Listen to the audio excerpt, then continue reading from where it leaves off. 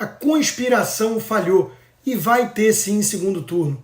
O PT já tinha contratado até uma festa para sua vitória, mas vai ter que enfrentar uma nova eleição totalmente distinta agora.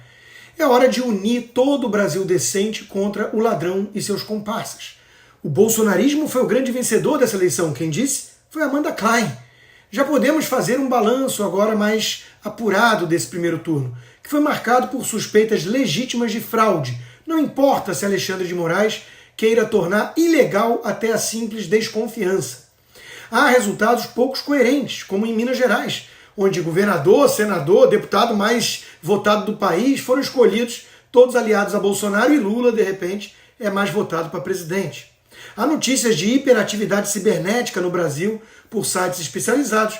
Há relatos de limites iguais, o mesmo número, para votos em Bolsonaro em várias urnas. Há aquelas pausas estranhas na contagem e as mudanças quase retilíneas dos percentuais que um algoritmo faria. Enfim, vários brasileiros estão seguros de que teve alguma treta. Mas vamos assumir, para efeito de análise aqui, que os resultados são esses aí mesmo. Até porque, não há VAR possível para poder fazer uma checagem.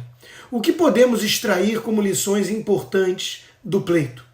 Bolsonaro, apesar de toda a campanha pérfida do sistema, do massacre midiático, sai fortalecido, com 1 milhão de votos a mais do que teve no primeiro turno de 2018 e tendo feito uma bancada enorme, a maior da história, para o PL, com quase 100 deputados e vários senadores. E também vários apoiadores em outros partidos. O presidente conquista a maior bancada do PL e faz a maioria do Senado na Câmara. Alexandre de Moraes está tenso pelo visto. Além, claro, da ascensão nas assembleias estaduais. Tarcísio Freitas vai para o segundo turno com muita força como favorito e deverá prevalecer sem grandes dificuldades contra o petista Haddad. No Rio, a situação foi resolvida. Cláudio Castro, Romário e Pazuello estão eleitos. Esse último é o segundo deputado mais votado no estado. Em Minas Gerais, como já mencionei, temos Romeu Zema reeleito no primeiro turno, derrotando o PT, Cleitinho como senador bolsonarista e Nicolas Ferreira como deputado federal mais votado da história, 1,5 milhão de votos. E esse trio vai fazer agora campanha intensa por Bolsonaro no segundo turno. No Rio Grande do Sul, Onyx Lorenzoni sai em primeiro, com boas chances de vitória para o governo estadual, e Mourão foi eleito senador. Os institutos de pesquisa estão completamente desmoralizados, sem qualquer resquício de credibilidade. Todo o esforço do consórcio de imprensa, deturpando, distorcendo e manipulando a opinião pública contra Bolsonaro, não foi suficiente para resolver essa parada no primeiro turno, mesmo com a ajuda do ativismo bizarro do STF e do TSE. O PT viu ainda os ícones da Lava Jato serem reerguidos com força no Senado, no caso de Sérgio Moro no Paraná, e na Câmara, no caso de Deltan Dallagnol, impedindo qualquer narrativa petista de que a mais importante operação de combate à corrupção foi derrotada nas urnas. O advogado petista, por outro lado, Arruda Botelho, foi perdedor. Traidores do presidente tiveram um fim melancólico. Os eleitores de Mandetta ficaram em casa e ele foi amassado por Tereza Cristina, ministra do Bolsonaro, em Mato Grosso do Sul. Joyce Hasselmann, Alexandre Frota, os irmãos W, o MBL, todos com resultados pífios, medíocres, e não foram eleitos. Joyce saiu de mais de 1 milhão de votos em 2018, quando era bolsonarista, para patéticos 13 mil, número sugestivo, agora que virou tucana oportunista. O PSDB, por falar nisso, praticamente acabou em São Paulo e no Brasil todo. José Serra não foi eleito, Aécio Neves quase não é. Dória sai defenestrado. Alckmin é agora vice do ladrão que quer voltar à cena do crime. O teatro das tesouras chegou ao fim no nosso país. Alguém, aliás, já sabe a hora e o local do enterro do PSDB para eu mandar flores? Há ainda o choque de realidade entre as narrativas e os fatos. Ricardo Salles, o destruidor do meio ambiente, foi eleito com o triplo de votos de Marina Silva em São Paulo, a ambientalista. Enquanto que o delegado Saraiva, o marineiro que perseguiu o ex-ministro de Bolsonaro, não foi eleito. O professor papagaio, Marco Antônio Villa, que passou a campanha toda histérico, xingando todo bolsonarista de nazista, não foi eleito.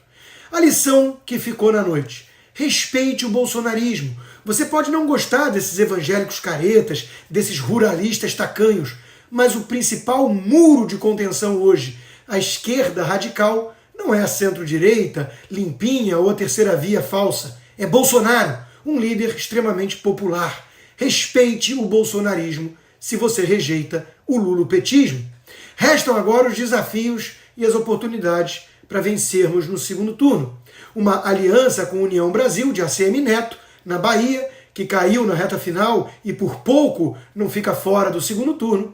Uma aliança com Romeu Zema, que está evidente em Minas Gerais e que já deu sinais de que vai apoiar Bolsonaro e que jamais apoiaria o PT.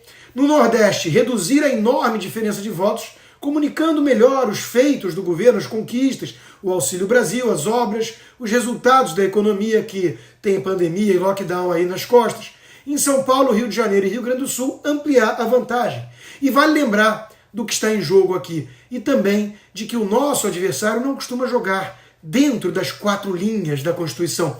A filósofa petista Márcia Tiburi chegou a confessar que prefere urnas fraudadas a fascistas, entre aspas, no governo. Devem ter sido fraudadas mesmo, né? Por fim, petistas como imitador de focas depositaram no Nordeste a esperança para salvar o país. Várias celebridades estão hoje enaltecendo o grande e maravilhoso Nordeste, ignorando o IDH da região, se é que eles sabem o que é Índice de Desenvolvimento Humano, né?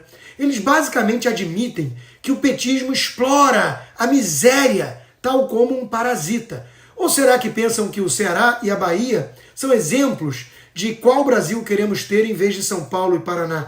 Lula foi eleito em 9 de 10 capitais com mais analfabetismo.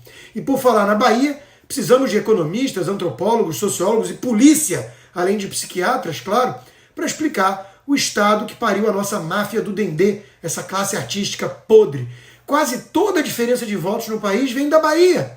Foram cerca de 4 milhões de votos a mais para o ladrão. Que isso, baianos? O país está dividido.